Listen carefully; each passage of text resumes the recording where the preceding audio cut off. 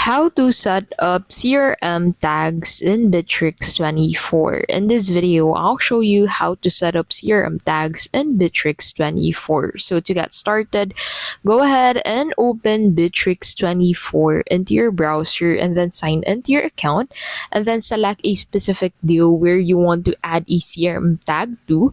And then above it, you'll be able to find your options of tags that you can use. So click on assign responsible person and then select that specific person that you want to assign to this specific deal.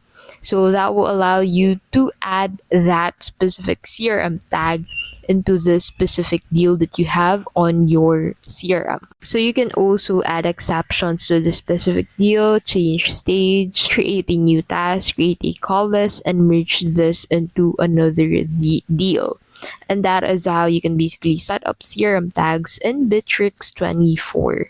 If this video was helpful, please don't forget to give this video a like and subscribe for more videos like this.